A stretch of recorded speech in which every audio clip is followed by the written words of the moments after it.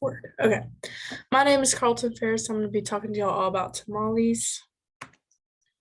First off, the history and culture. The origin of tamales is traced all the way back to 7000 BC in the Aztec Empire. Tamales are symbolic of Mexican street food and are the staple of many a Mexican mother's kitchen, especially over the festive period during national celebrations such as Independence Day. They are also the feature on one of Mexico's greatest traditions on King's Day, celebrated on January 6th. A small figurine of baby Jesus is hidden inside a sweet bread. Whoever finds the figurine when eating the bread must buy tamales for all those present as a forfeit. Street vendors can be found selling them morning, noon, and night across the country. Although they are most popular as a breakfast food, tamales are popular across Latin America, the Caribbean, and the Philippines, and the US. Nutrient composition. A single tamale contains about 250 calories.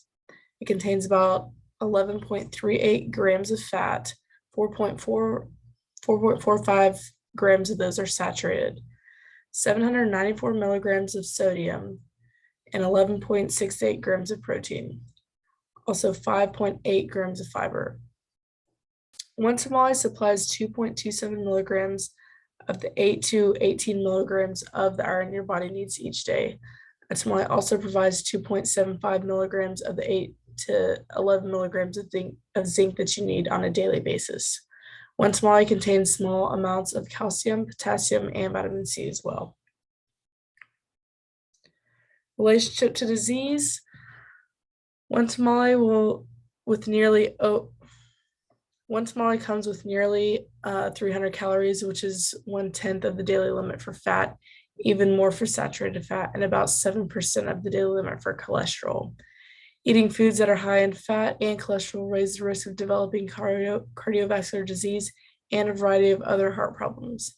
But if you stick to just one tamale at your meal and opt for vegetarian versions to reduce your fat intake even more.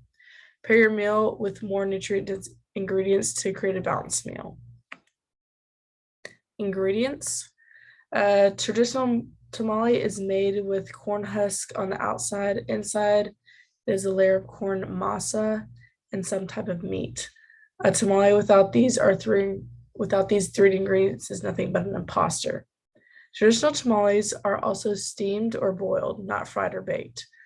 While tamales can contain high amounts of fat and sodium, they also provide a wealth of essential vitamins and minerals that support good health.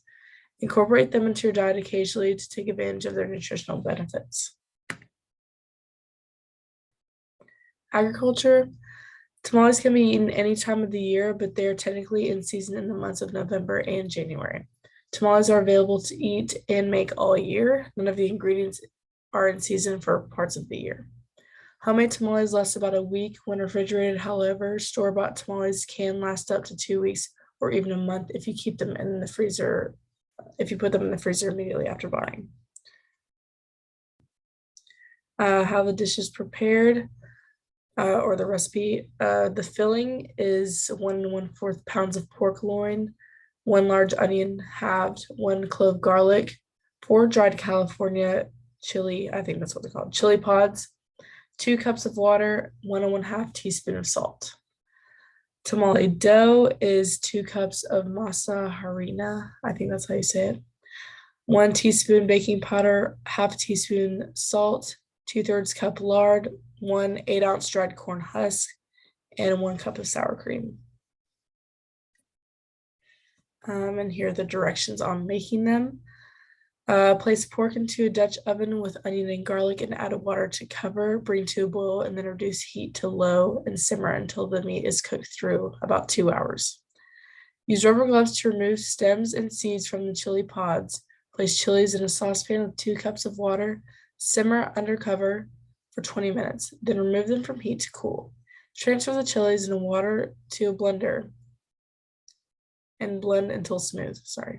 Strain the mixture, stir in salt, and set aside. Shred the cooked meat and mix in 1 cup of chili sauce.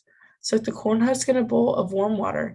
In a large bowl, beat the lard with a teaspoon of the broth until fluffy. Combine the masa, harina, baking powder, and salt. Stir into the large mixture. adding more broth as necessary to form a spongy dough. Spread the dough out over the corn husk to 1/4 to 1/2 inch thickness.